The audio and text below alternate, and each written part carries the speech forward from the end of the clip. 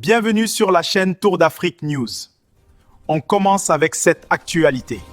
La Côte d'Ivoire vient de franchir une étape politique majeure avec la nomination, pour la première fois de son histoire, d'un vice-premier ministre. Mais très vite, ce n'est pas le poste qui fait débat, c'est l'homme choisi. Téné Birahima Ouattara, actuel ministre de la Défense, a été nommé vice-premier ministre, tout en conservant ce portefeuille stratégique.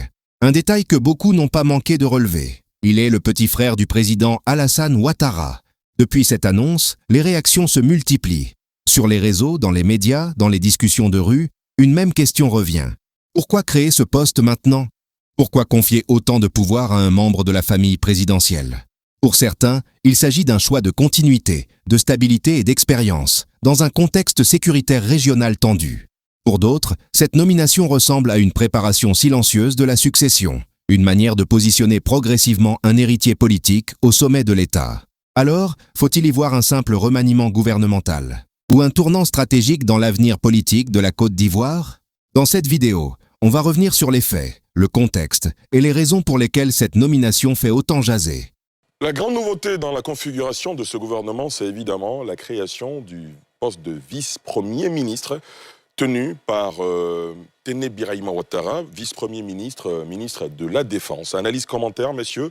Yacouba Doumbia? Si je dois analyser ce poste de premier vice-ministre, je dirais que c'est une ancienne nouveauté. Une ancienne nouveauté parce que ce n'est pas la première fois qu'on a un poste de vice-premier ministre en Côte d'Ivoire. Je crois qu'en 1959, on a eu un poste de vice-premier ministre. Il y avait le premier ministre, bien sûr, et puis il y avait le vice-premier ministre. Donc le retour de ce poste-là, à mon sens, ce n'est pas quelque chose qui est inédit, ce n'est pas quelque chose qui est surprenant. La deuxième chose, c'est de l'analyser même dans la forme. Parce qu'il y a eu pas mal de polémiques. Les gens ont essayé d'assimiler la création de ce poste-là à une sorte de substitution au Premier ministre Robert Begré-Mambé. Mais c'est de leur dire qu'il y a eu deux décrets. Donc il y a eu d'abord le décret qui nomme le Premier ministre. Ensuite, il y a eu le décret qui nomme les membres du gouvernement. Donc c'est deux décrets totalement différents. Et le décret qui nomme les membres du gouvernement, c'est dans ce décret-là qu'il y a le vice-premier ministre, qui est un membre du gouvernement à part entière. La différence, c'est qu'il est un cran au-dessus des ministres d'État, mais il est membre du gouvernement. Donc c'est ce qu'on peut dire pour le moment en ce qui concerne la forme, relativement à la création du poste de vice-premier ministre. Peut-être que dans le fond, plus tard, on pourra y revenir. Bien sûr. André Sylvain Conan? Article 70 de la Constitution ivoirienne. Le président de la République nomme le Premier ministre, chef du gouvernement, il met fin à ses fonctions.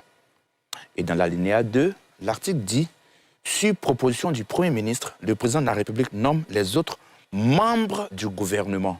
L'article dit bien les autres membres du gouvernement. Dans l'article 81, on lit, le gouvernement comprend le Premier ministre, chef du gouvernement et les autres ministres. Vous voyez que dans le premier article, on dit les autres membres du gouvernement, et dans l'article suivant, on dit les autres ministres. Dans l'article 67, on dit le président de la République est le chef de l'administration. Il nomme aux emplois civils et militaires. Je pense que c'est dans ce sens que, depuis toujours, quand vous notez bien l'article 70, qui n'a pratiquement pas changé depuis bien longtemps, le poste de ministre d'État, par exemple, n'apparaît pas dans la Constitution en tant que tel. Et pourtant, du président Félix Houphouët-Boigny au président Alassane Ouattara, en passant par les présidents Henri Konan Bédié, les présidents Laurent Gbagbo et même le général Robert Guéry, il y a eu des ministres d'État, il y a eu des ministres délégués. Il y a eu donc, par exemple, sous le président Henri Konan Bédié, il y a eu des ministres résidents. Ayam Soukro, par exemple. Et c'est par rapport à cet article 67 qui fait du président de la République le chef de l'administration que, par exemple, le président Laurent Gbagbo décide que l'inspection générale d'État, qui était alors une direction, devient une institution. Et donc, c'est la Constitution de la Côte d'Ivoire qui permet au président de la République de faire ses nominations. Personnellement, donne le pouvoir d'avoir l'opportunité de la création de postes. Personnellement, j'aurais souhaité qu'on s'en tienne à ce qui est écrit dans la Constitution, à savoir Premier ministre, ministre, point à la ligne. Mais la Constitution, les textes eux-mêmes donnent la prérogative au président de la République de nommer des responsables de l'administration aux postes et aux fonctions qu'il veut. Et donc, c'est tout à fait dans son droit. Par ailleurs, je note que, en fait, dans ce nouveau gouvernement, il faut bien regarder, il faut retourner au discours prononcé par le président de la République en fin d'année.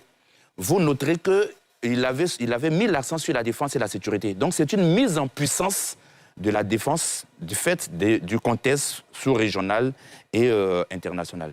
Alafé Wakili? Moi, les deux intervenants précédents. Les deux intervenants ont déjà dit l'essentiel, mais je pense que les réactions, ce qui suscite réaction, c'est peut-être l'identité du vice-premier ministre.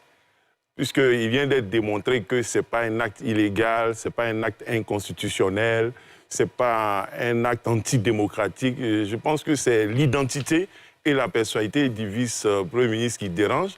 Peut-être que si une autre personnalité avait été nommée vice-premier ministre, je ne sais pas, Anou Loto ou Kaba Nialé, peut-être il y aurait eu moins de commentaires. Mais la question est de savoir pourquoi l'identité, pourquoi le vice-premier ministre peut tant déranger. Pourquoi ce soupçon qu'il ne va pas s'entendre avec le premier ministre chef du gouvernement, alors que selon le décret, c'est le premier ministre chef du gouvernement qui l'a proposé. D'emblée, c'est ce que moi je peux dire. Je veux dire que ce qui inquiète, c'est l'identité du vice-premier ministre. Mais pourquoi l'identité devrait déranger? Bon, quand on va plus loin, le fait qu'il soit le frère cadet du président de la République peut gêner des gens. Le problème, c'est qu'il est ministre d'État, ministre de la Défense, sans que ça dérange. Je ne comprends pas pourquoi, quand il devient vice-premier ministre, ça peut déranger.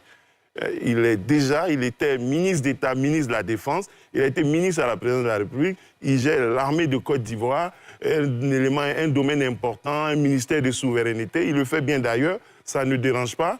Mais quand il devient vice-premier ministre et plus si affinité, ça dérange. Il faut peut-être poser la question à ce que ça dérange. Très bien. Sylvain Guédé-Debaï? Oui, nous avons regardé un peu ce gouvernement.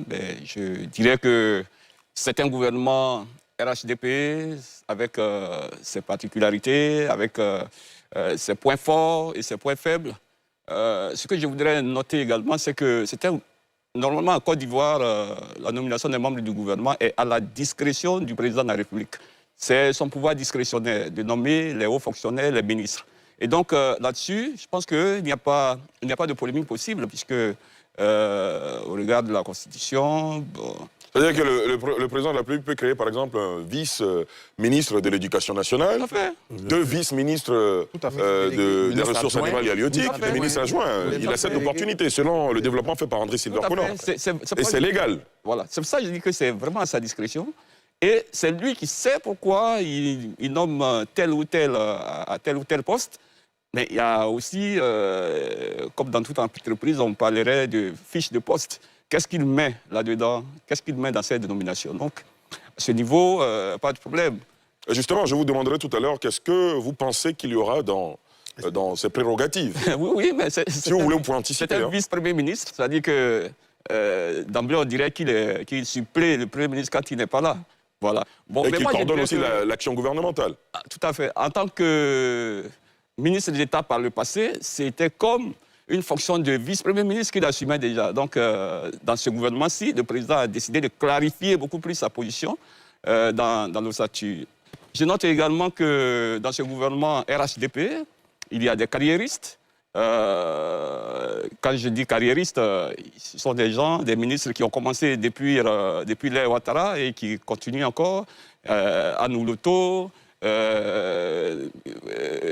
comment on l'appelle des gens comme le général Vagondo, etc. Il y a bien d'autres. Vagondo, c'est récent. Voilà, oui, mais... S'il vous plaît, laissez-le. Si vous avez des observations, vous les ferez plus tard. Donc, il les a maintenus à ces postes. Ce sont ces hommes de confiance. Là-dessus également, bon, je n'ai pas beaucoup de commentaires. Je note également que c'est un gouvernement politico-technocratique, parce que, outre ce que j'appelle les carriéristes, qui sont les fidèles du président de la République, et qui sont même des politiques avérés, il y a une certaine dose de changement en introduisant des personnalités qu'on ne connaissait pas toujours. Je vais pour preuve le ministre de la transition numérique. Djibril Ouattara. Oui, qui était un technocrate avéré, Djibril Ouattara, qui a été l'ancien patron de MTN Côte d'Ivoire, qui est un diplômé de MIT aux États-Unis. Donc, il est au poste qu'il mérite. Voilà. Ce que je ne savais pas de lui, c'est que je ne savais pas qu'il était RHDP à l'époque. Bon, justement. on ne dévoilerait pas toutes les facettes de l'homme. Mais je dis que... Est-ce que c'est son militantisme qui a prévalu à sa nomination au gouvernement? C'est une autre question. Voilà, écoutez, dans ce gouvernement, et par habitude, Alassane Ouattara ne nomme pas très souvent des gens qui ne sont pas RHDP. C'est une autre question. Qui ne sont pas de son parti. Voilà, donc s'il a été nommé, c'est que peut-être que quelque part, il épouse bien... Il est à tout le moins sympathisant. Le président de la République. Et puis bon, peut-être que, bon, quelque part, il a eu un militantisme, même s'il n'est pas avéré, mais qui a permis au président quand même de le repérer, de le nommer. Donc, c'est un gouvernement qui aussi, quand on regarde bien, fixe le cap pour 2030. Parce que 2030, le président a parlé de transmission générationnelle du pouvoir. Quand on a regardé les premières nominations après l'élection législative, on a vu Patrick Kachi à l'Assemblée nationale, et puis après, deuxième acte, la nomination du Premier ministre. Bon, jusque-là, c'est toujours les mêmes personnes, ça ne surprend pas. On a pensé qu'avec la formation du gouvernement, il allait y avoir vraiment beaucoup de changements. Quand on regarde, il n'y a pas beaucoup de changements, donc le président dit qu'il fait confiance encore à l'équipe et qu'il va continuer, et puis bon, peut-être au fur et à mesure, introduire d'autres personnalités. Bon, vraiment, voici ce qu'on peut dire, ce que je peux dire pour le moment sur ce gouvernement. Il y a aussi des dénominations qui ne changent pas beaucoup. Voilà, c'est seulement qu'au niveau du ministère de la Santé, si mes souvenirs sont bons, je crois qu'il y a le volet couverture maladie universelle qui n'a pas été retenu. Si. Ça a été retenu. C'est la même chose. Voilà. OK. Ça a été donné. Mais je veux dire que dans les dénominations, c'est une façon pour celui qui nomme de mettre vraiment un accent sur les choses telles que il veut sur l'importance des urgences et des défis. Dossiers. Voilà, il a promis une grande Côte d'Ivoire. Je pense que des dénominations qu'on regarde, peut-être qu'il se dit que c'est cela qui va contribuer à la grande Côte d'Ivoire, à la grande nation également, qu'il veut construire. Très bien. Donc, on regardera, maintenant que le gouvernement est formé. Tout à l'heure, vous avez parlé dans le sujet, je crois qu'il y a des défis. Dans le prochain sujet, très bien. Dans le prochain sujet, on reviendra sur les défis, évidemment. Alors, Augustin Couillot, allez-y. Bon, moi, en termes de nouveau, forme de nouveau gouvernement, je crois qu'il s'agit plutôt d'un gouvernement remanié. Oui, voilà. Ça ressemble beaucoup plus à un aménagement technique. Un réaménagement technique du gouvernement qui était là. Bon, évidemment, c'est le même président, donc il reconduit, voilà. Et ceux en qui il fait confiance, évidemment, la création du poste de, disons, vice-premier ministre a sauté aux yeux, parce que, voilà, il y a certes le poste qui est nouveau, parce que, bon, Doumbia a parlé de 1959, bon ça c'est vrai, mais bon, pour la Côte d'Ivoire indépendante, c'est nouveau. C'est nouveau, mais comme Alafé l'a dit, il y a aussi le fait que ce soit occupé par le petit frère du président. Voilà, et parce que on sent une montée en puissance du frère de photocopie. C'est son nom. Non, c'est pas son nom. Ouais, bon, voilà, son petit nom. Si vous voulez. Tout le monde sait que c'est l'autre Ouattara, l'autre président, disons que il est le petit frère du président et voilà, il a quitté la présidence où il gérait les affaires présidentielles. Tout ça. Et puis, ministère de la Défense et maintenant vice-premier ministre. Donc, beaucoup de gens se disent, bon, le vice-premier ministre, peut-être qu'il sera... il n'y a qu'un pas. Voilà, il n'y a qu'un pas. Donc, c'est normal que ça fasse, je ne dirais pas que ça fasse jaser, mais que ça suscite des commentaires parce que les gens pensent déjà à l'après-Ouattara. Et on se demande si le président Ouattara n'est pas en train de positionner son petit frère pour lui succéder. On se souvient que le nouveau président de l'Assemblée nationale avait dit à je crois que c'était à l'occasion de la présentation de la candidature du président Ouattara, que c'est le plus populaire parmi nous. Ça, c'est quelque chose que les gens ont retenu. Donc, on a le sentiment qu'il y a une montée en puissance du ministre de la Défense, voilà, et que il va de plus en plus vers le sommet. Maintenant, voilà, parce qu'avant aussi, avant cette formation, avant ce gouvernement, il y a eu beaucoup de rumeurs. Beaucoup de gens l'attendaient même au perchoir, à l'Assemblée nationale. Il y a eu même des articles des journaux qui disaient qu'il allait être le président de l'Assemblée ou encore ou vice-président pour, en cas de cas, succéder directement au président de la République. Donc, c'est vraiment la nouveauté qui est là, la vice-primature. Voilà ce qu'on pouvait dire sur cette nomination qui continue de faire couler beaucoup d'encre. Entre choix stratégiques, continuité du pouvoir et soupçons de succession préparée, chacun se fera sa propre lecture. Une chose est sûre, la création du poste de vice-premier ministre et la nomination de Téné Birahima Ouattara, petit frère du président, marquent un moment politique important pour la Côte d'Ivoire. Et maintenant, la question est entre vos mains. Est-ce un choix logique pour la stabilité du pays ? Ou une manœuvre pour garder le pouvoir dans le même cercle ? Donnez votre avis en commentaire, le débat est ouvert. Si cette analyse vous a intéressé, abonnez-vous, likez la vidéo et partagez-la autour de vous. On se retrouve très bientôt pour une nouvelle analyse politique africaine.